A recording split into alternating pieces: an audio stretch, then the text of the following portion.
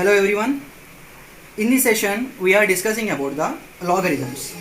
Logarithms are used for all sorts of calculation in engineering, science, business, economics, and including calculation compounds like exponential growth of decay and pH value in chemicals and measuring the magnitude of earthquakes. Example మనకు ఫిజిక్స్లో pH scale కనుక్కోవాలి అని చెప్పి ఉండిద్ది. ఆ pH scale values మొత్తం కంప్లీట్గా depend అయ్యేది దేని మీద అంటే లాగరిథం వాల్యూస్ మీద. అండ్ మనం ఇంటర్మీడియట్కి వెళ్ళిన తర్వాత లేదా సిబిఎస్ఈలో 10th బేస్లోనే మనకు law of growth, law of decay అని చెప్పి ఉండిద్ది. అంటే దాని అర్థం ఏంటి, ఏదన్నా ఒక వస్తువు డికే అవుతుంది అంటే ఎంత టైంకి డికే అయ్యిద్ది. అండ్ ఏదన్నా వస్తువు ఫర్ ఎగ్జాంపుల్ బ్యాక్టీరియా కల్చర్ ఉంది, అది బ్యాక్టీరియా కల్చర్ అనేది ఒక టైం నుంచి ఇంకో టైం నుంచి ఇంకో టైంకి పెరుగుతూ ఉండిద్ది. ఫర్ ఎగ్జాంపుల్ మనం లాక్టోసిలిస్ బ్యాక్టీరియా తీసుకుందాం కర్డ్లో, దాని వాల్యూ ఎప్పటికప్పుడు పెరుగుతూ ఉంటాయి, దాని ఫ్యామిలీ అనేది. అది కూడా మనం లా ఆఫ్ గ్రోత్ అంటాం. దాన్ని మనం లాగరిథమ్స్లోనే మెజర్ చేస్తాం. ఇవి చాలా సింపుల్గా ఉంటాయి లాగరిథమ్స్ అనేవి. జస్ట్ మనకు రావాల్సింది అంటే ఏంటంటే మనం చిన్నప్పుడు చదువుకున్న ఎక్స్పోనెన్షియల్ వాల్యూస్, ఎక్స్పోనెన్షియల్ ఫార్ములాస్ ఉన్నాయి కదా, అవి వస్తే చాలు. సేమ్ అవి ఎలా ఉంటాయో లాగరిథమ్స్ కూడా అలాగే ఉంటాయి ఎగ్జాక్ట్గా. ఓకే, సో మనం ఎక్స్పోనెన్షియల్ గురించి ఒకసారి డిస్కస్ చేసుకుందాం. ఎక్స్పోనెన్షియల్ వాల్యూ ఫర్ ఎగ్జాంపుల్ నేను ఒక ఎగ్జాంపుల్ రాసిన 81 ఈజ్ ఈక్వల్ టు 3^4గా రాసుకోవచ్చు. Okay, why because 3 × 3 × 3 × 3 is equal to 81. Okay, so ఇక్కడ ఇది 3 అనేది మనకి ఏమైంది, బేస్ అయింది. అండ్ ఈ 4 అనేది ఏమైంది, పవర్ ఆర్ ఇండెక్స్ అయింది. ఓకే, సో ఇది బేస్ అయింది, ఇది ఏమైంది, ఇండెక్స్ అయింది. ఇలాగే సేమ్ ఈ ఫామ్లోనే మనం లాగరిథంని కూడా డినోట్ చేస్తాం. స్టార్ట్. మనం ఒక ఎగ్జాంపుల్ జనరల్గా లాగరిథం ఫామ్ని ఎక్స్పోనెన్షియల్ ఫామ్ నుంచి లాగరిథం ఫామ్లోకి ఎలా మార్చుకుంటామంటే a⁻n = x. ఫర్ ఎగ్జాంపుల్ ఇలా ఉందనుకుందాం. దీన్ని మనం లాగరిథం ఫామ్లోకి మార్చాలంటే అప్పుడు ఏమైందంటే ఈ బేస్ కింద ఉన్నది, ఈ ఏ బేస్ ఉంది కదా, అది అలాగే ఉంటుంది బేస్ లాగా లాగ్. తర్వాత ఈ ఎక్స్ అనేది n ప్లేస్లోకి వచ్చింది =n. ఓకే, ఇలా ఉన్న ఫామ్ని మనం ఇలా మార్చుకోవచ్చు. అండ్ దీన్ని ప్రొనౌన్స్ చేసే విధానం ఏంటంటే log x base a = n. log x base a = n. మనం ఎగ్జాంపుల్ తీసుకుందాం. ఒక ఎగ్జాంపుల్తో మీకు ఎక్స్ప్లెయిన్ చేస్తాము. ఫర్ ఎగ్జాంపుల్ 8² = 64 అని మనం అనుకుందాం. ఇది ఎక్స్పోనెన్షియల్ వాల్యూ. దీన్ని మనం లాగరిథం ఫామ్లోకి ఎలా రాస్తామంటే ఎగ్జాంపుల్గా log 64 base 8 = 2 అని ఇలా రిప్రజెంట్ చేస్తాం. So these are the 3 important formulas. ఈ లాగరిథమ్స్లో మనం మెయిన్గా 10th లెవెల్లో చేసే ఇంపార్టెంట్ ఫార్ములాస్ ఏంటంటే ఈ 3 అనమాట. ఇవేంటి, ఫస్ట్ వన్, దీంట్లో ఈ ఫార్ములాస్లో మనం బేస్ గురించి పెద్దగా పట్టించుకోము, బేస్ని ఇగ్నోర్ చేస్తాం ఎక్కువగా 10th లెవెల్లో. మనం నార్మల్గా ఫార్ములాని ఎలా చేస్తామో అలా చేసుకుందాం.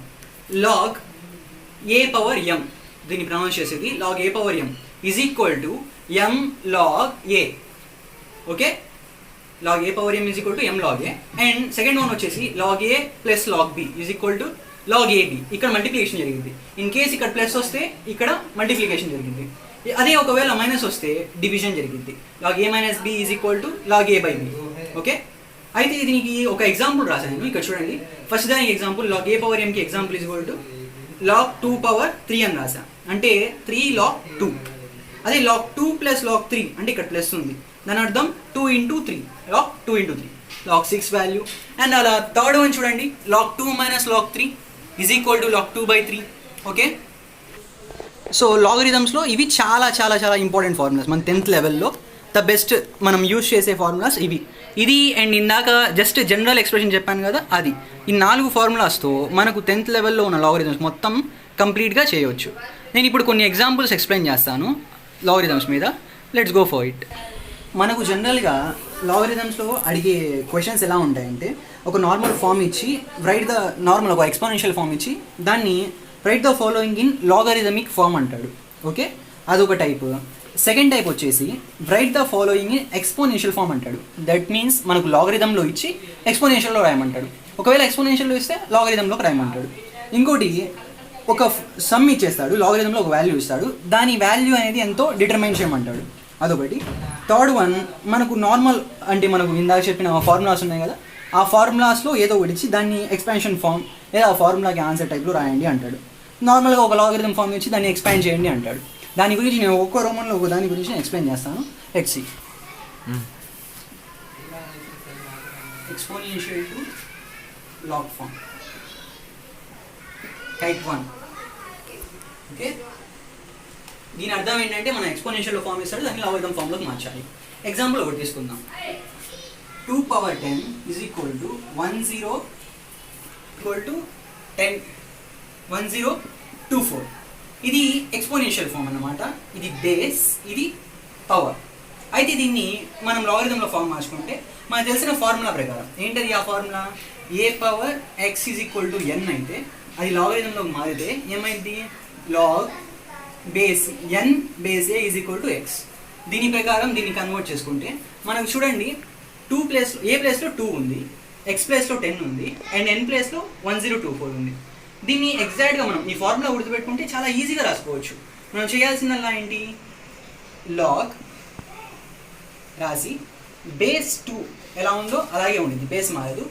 మనం ఇది ఎన్ ప్లేస్లో ఉన్నదాన్ని ముందుకు తెచ్చుకోవాలి. అంటే 1024 తెచ్చుకొని ఈజ్ ఈక్వల్ టు 10 అంటే ఎన్ ప్లేస్లో ఉన్నది అటు పంపించుకోవాలి. ఎక్స్ పంపించుకోండి 10 అయింది. సింపుల్ అయిపోయింది. ఇలా ఏ సమ్ ఇచ్చినా మీరు సింపుల్గా చేసుకోవచ్చు. సో ఇది సెకండ్ మోడల్. వాడు లాగ్లో ఇస్తాడు, మనం ఎక్స్పోనెన్షియల్ ఫామ్లో రాయాలి. ఎగ్జాంపుల్ తీసుకోండి, వాడు ఏమి ఇచ్చాడు? Example log 8 base 4 is equal to x అన్నాడు. దీన్ని మనం ఎక్స్పోనెన్షియల్ ఫామ్లో రాస్తే సరిపోయింది. ఆ ఫార్ములా చూసుకోండి, log a power x is equal to n ఉంటుంది, దాంట్లో మార్చుకుంటే సరిపోయింది. So it implies 4 power x is equal to 8. This is the required answer. దీన్ని ఇంకా సాల్వ్ చేయాల్సిన అవసరం లేదు, మనం ఇంతవరకు రాస్తే సరిపోయింది, మార్క్స్ పడిపోయింది. నేను నార్మల్గా 1 మార్క్కి హాఫ్ మార్క్కి ఇస్తాడు some. Third type of some ఏంటంటే ఫైండ్ ద వాల్యూ ఇస్తాడు. ఒక లాగరిథం వాల్యూ ఇచ్చేసి దాని వాల్యూ ఫైండ్ అవుట్ చేయండి అంటాడు. న్యూమరికల్ వాల్యూ కావాలి మనకు. దీంట్లో ఈ సమ్లో ఈ టైప్ ఆఫ్ సమ్ ఇది చాలా ఇంపార్టెంట్ సమ్ అండి. దీంట్లో మనం చాలా నేర్చుకోవచ్చు. మనకు ఇప్పుడు వరకు నేను 3 ఫార్ములాస్ చెప్పాను, దాంట్లో కొన్ని మెథడ్స్ ఉన్నాయి, అవి ఎక్స్ప్లెయిన్ చేద్దాం. దీన్ని ఎలా సాల్వ్ చేసుకోవాలంటే మనకు ఫార్ములా ఉంది, log A by B is equal to log A minus log B. ఇందాక రివర్స్లో చెప్పాను, ఇలా కూడా రాసుకోవచ్చు. సో ఈ ఫార్ములా ప్రకారంగా ఎక్స్పాండ్ చేసుకున్నాం. చేస్తే మనకేమొచ్చింది? Log 1 base 2 minus log 16 base 2 వచ్చింది. మనకు తెలియాల్సింది ఏంటంటే కొన్ని జనరల్ కండిషన్స్ ఉన్నాయి లాగ్లో.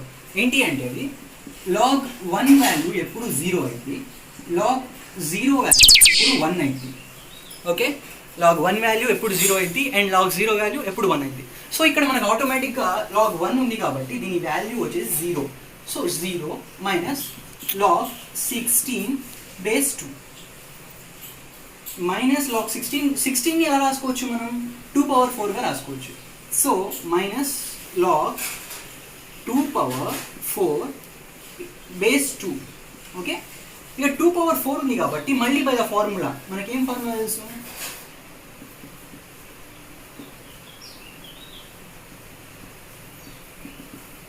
మనకు ఫార్ములా తెలుసు కదా, లాగ్ ఏ.